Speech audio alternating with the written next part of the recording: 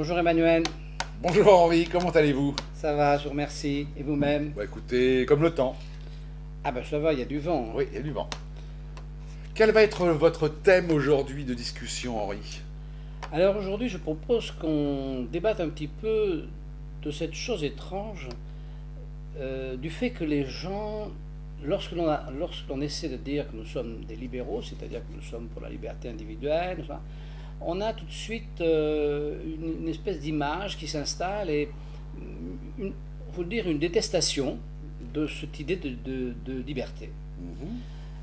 Alors, je voudrais qu'on fasse part de notre expérience aux gens plus jeunes qui nous écoutent, parce que nous, on a connu une époque où il n'y avait pas de liberté culturelle. C'est-à-dire moi j'ai connu l'époque de la censure. Je me rappelle très bien de la censure. C'est-à-dire que, si vous voulez, il n'y avait qu'un organisme qui s'occupait de la communication, télévision, radio, l'ORTF. qui était l'ORTF. L'ORTF, oui. Il y avait des comités de censure pour tout ce qui était écrit, des comités de censure pour tous les films, c'est-à-dire qu'il y avait donc une emprise de l'État au nom d'une morale. Une morale. Voilà, une emprise de l'État sur toutes les créations. Alors, mais j'ai connu ça aussi. vous avez connu ça aussi. Nous avons connu ça puisque ça a commencé à s'estomper dans les années 70 et puis ça a été complètement évacué. Après De Gaulle, en deux mots. Après De Gaulle. En deux mots. Après l'événement de 68, effectivement. Et donc, ça a été, si vous voulez, complètement libéré en 80 par Mitterrand, en 81 par Mitterrand.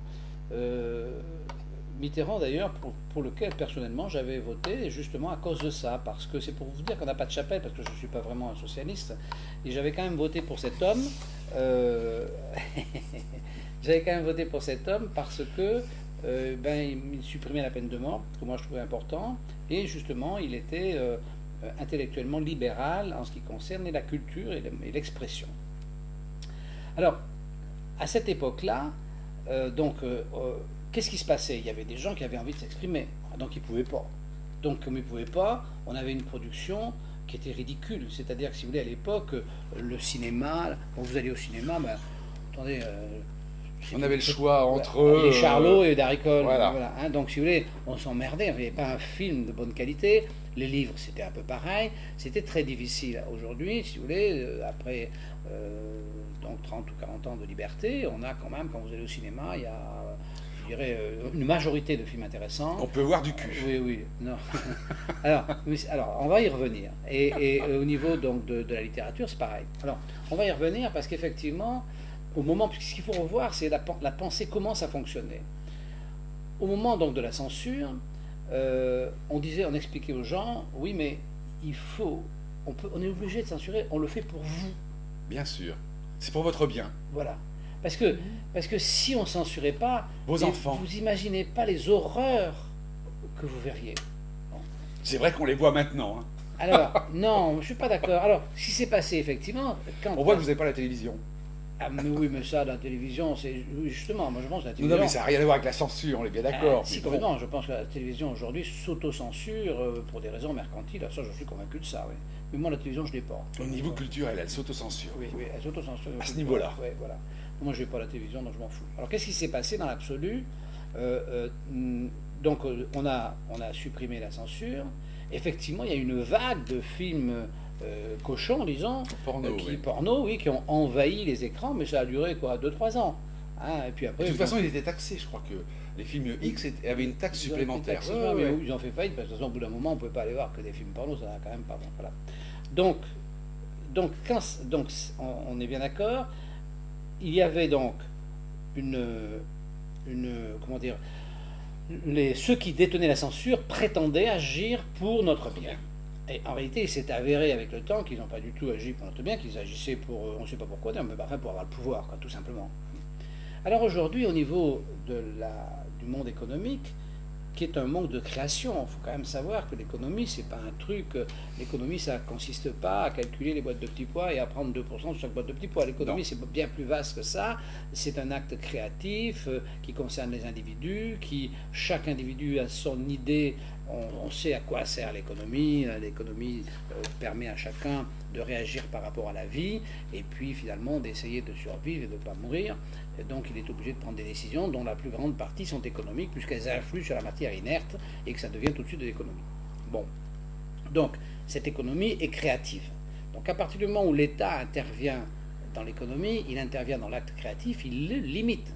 Et aujourd'hui, de la même manière qu'avec la censure à l'époque, quand on réclame la liberté dans l'acte économique et qu'on est donc un libéral, ce que nous sommes, quand on réclame ça, eh bien, tout de suite se dressent les censeurs qui disent mais vous n'y pensez pas, si nous vous donnons la liberté, mais vous allez faire n'importe quoi, mais ça va être horrible et vous allez exploiter le voisin, en oubliant qu'on ne peut pas exploiter le voisin dans un espace libéral. C'est l'épouvantail de la mondialisation. Oui, mais exploiter le voisin, c'est possible que si le voisin est d'accord. Bon, donc pour exploiter le voisin, ou il faut qu'il soit d'accord, ou il faut la force.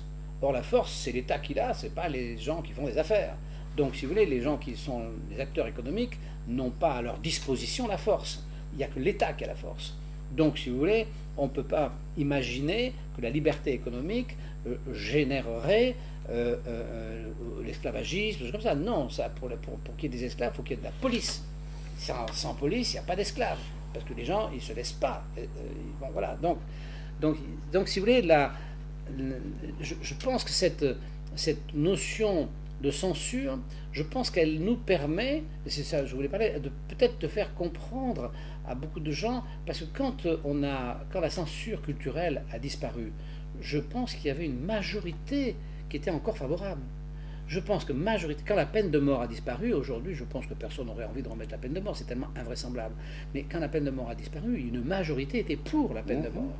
Hein. Et au moment où la censure a été enlevée, une majorité était pour la censure. Donc aujourd'hui, une majorité de gens sont pour la censure économique.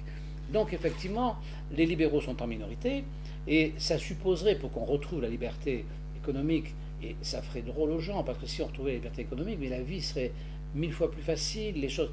Tout serait plus simple, mais seulement on agite un chiffon rouge face aux yeux des gens pour leur faire croire que ça serait la jungle. Oui, c'est ça. Ce qui est complètement faux, parce que dans la jungle, le problème n'est pas économique. Dans la jungle, c'est la force. Parce que dans la jungle, c'est le gros qui bouffe le petit, mais il ne bouffe pas le petit en ayant discuté économiquement de savoir comment il voudrait manger, on commence par la cuisse ou par la tête. Bon, c'est pas ça la discussion, c'est pas une discussion économique, c'est le plus fort. Donc, si vous voulez, c'est l'équivalent de l'État, c'est-à-dire c'est la force, c'est-à-dire que chez les hommes, la force, c'est l'État, exclusivement. Bon, c'est pas le monde des affaires. Il y a des alliances entre l'État et le monde des affaires au plus haut niveau. Hein, mais ça, c'est parce que l'État le souhaite. Mais si l'État ne s'engageait pas, jamais l'homme d'affaires ne pourrait utiliser la force, ou alors il faut qu'il devienne mafieux. Mais c'est pas, on est de nouveau dans la force, c'est pas la même chose. On n'est pas dans l'économie. C'est pas la même économie. On n'est pas dans l'économie.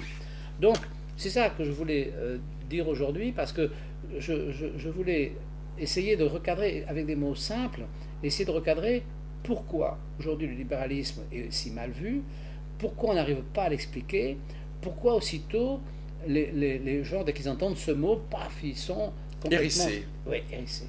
Exactement comme étaient hérissés ceux à qui l'on disait, mais il faudrait que la culture soit libre. Et si on fait l'effort d'y penser, aujourd'hui, c'est même pas imaginable. On ne peut pas imaginer aujourd'hui qu'on réinstallerait la censure dans la culture. Pour qu'on installe la censure dans la culture aujourd'hui, il faudrait qu'il y ait un renversement politique avec la force et qu'on voit arriver des gens, soit d'extrême droite, soit d'extrême gauche, enfin ces gens qui veulent mettre une chape de plomb sur la dictature un pays, à l'état pur. Voilà, parce qu'ils ont l'intention de changer la tête des gens, y compris à l'intérieur, etc. Un régime russe. Un régime russe ou chinois, un régime fasciste, enfin un régime. Il faudrait passer par un régime violent, mais on n'aura jamais une mise en place nouvelle de la censure par la démocratie sans la force, sans la violence. Et donc aujourd'hui, on a la force qui est venue envahir par la censure, c'est-à-dire par une légitimité, parce que la censure, finalement, c'est la légitimité de la force. La censure, c'est ça, c'est bon. On vous dit, mais monsieur, votre livre, vous ne pouvez pas le publier. Vous ne pouvez pas le publier, pourquoi ? Parce qu'il ne nous plaît pas. Très bien, il ne vous plaît pas, mais je peux le publier quand même. Qu'est-ce qui m'empêche d'aller l'imprimer ? Oui, mais si vous l'imprimez publié, on va vous mettre en prison. C'est-à-dire qu'on va employer la force contre vous pour que vous ne puissiez pas publier votre livre. Bon. Et là, c'est pareil. Dans l'économie, on vous dit, voilà, non, ça, vous ne pouvez pas le faire. Vous ne pouvez pas ouvrir un magasin, il faut demander... vous voulez investir dans une machine, il faut demander un crédit d'impôt, parce que sinon, il faut payer l'impôt au lieu d'acheter la machine, etc. Donc, c'est l'intervention de la force et de la censure par l'État dans la... Et alors, aujourd'hui, c'est quand même le pompon. Aujourd'hui, maintenant, vous ne pouvez même plus vendre votre entreprise parce que, soi-disant, si c'est des fonds étrangers, comme si les fonds étrangers existaient, franchement, ils se foutent de votre gueule. Parce qu'on a quand même un État qui tous les jours ou tous les mois lève quelques milliards de l'étranger. D'obligations. Bah oui, on sait qu'il y a 80% de fonds étrangers. Donc les fonds étrangers sont très bons pour lever des milliards, ça, mais pas bons pour les entreprises. C'est n'importe quoi, mais c'est n'importe quoi. C'est ça, c'est la censure et l'intervention de l'État. Et ça, moi, je trouve ça. Et quand on essaie d'expliquer, je ne sais pas pourquoi ça ne marche pas. Alors, je ne sais pas si nous, on va avoir du succès. Ça ne marchera pas plus. J'adore votre optimisme. Ne faites pas d'illusions, ça ne marchera pas plus. Voilà, donc c'est tout ce que je voulais vous dire aujourd'hui. Bon, est-ce que vous avez un livre à nous présenter? Oui, j'ai un livre. Alors, je voudrais quand même qu'on dise une chose, je voudrais qu'on fasse un petit peu un acte de modestie, parce que de temps en temps, on a des livres qu'on vous présente, mais vous savez, on n'est pas des critiques littéraires. Hein, voilà.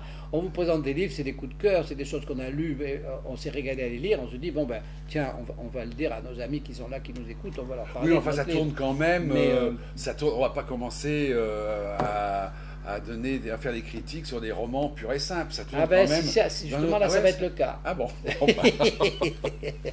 Bon, alors moi j'ai des lectures. Ah ouais, bon, je vais pouvoir parler des Agatha Christie oui, ou de. Complètement. Ah, d'accord. Ah, bon, d'accord. Ah oui, alors ça c'est un livre. Celui que moi j'ai amené, c'est un livre. Pour moi, c'est un livre culte. Il est absolument extraordinaire. C'est un livre, si vous voulez, qui parle de la nature, mais qui n'en parle pas en nous faisant des leçons de morale comme le font nos charmants amis les écologistes. Donc ça s'appelle Le Totem du loup. Voilà. Le Totem du loup, c'était écrit par un Chinois. Ça se passe en Chine, dans la Mongolie chinoise, et donc c'est la vie des loups et la vie des gens avec les loups. C'est le mariage des gens et des loups qui vivent en bonne intelligence depuis très longtemps déjà, et c'est un livre magique. Alors comme tous les livres magiques, c'est tellement magique que c'est ça qui est formidable, parce que les auteurs qui sont magiques, ils ont du mal à finir. Parce qu'un livre magique, ça vous emporte dans un monde, et après, pour redescendre sur Terre, l'atterrissage est toujours un petit peu difficile. Vous savez, c'est un peu comme les Soyouz, ils descendent en parachute, et paf, ils tombent dans l'eau. Bon. Les Américains sont un peu mieux en navette, mais enfin, des fois, elle a explosé. Bon. Donc l'atterrissage, quand on est parti dans les nuages, et quand on est parti très loin... Vous voulez dire que la fin n'est pas terrible? Ben oui, voilà. En 2 mots, c'est ça, hein, la fin n'est pas terrible. Voilà. Bon, donc il est bon à 90%. Oui, mais même 95%, 95%, on l'oublie, la fin. Voilà. La fin n'est pas terrible. Oui. Voilà. Donc Le Totem du loup, c'est aux éditions Bourrin éditeur, et c'est Mettez vos lunettes, Henri. Jiang Rong. Voilà. Bon. Un livre que je vous conseille d'acheter qui est splendide, vous allez vous régaler. Alors n'oubliez pas notre grande réunion des salades. Oui, ça c'est au mois de juin. Oui, mais on a le temps d'en reparler. Toujours en parler. Hein. Vous m'avez piqué le truc, je ne Allez. peux plus dire au revoir. Bon, ben on vous dit au revoir, et donc à la semaine prochaine. Au revoir. Au revoir. Ça c'est un peu...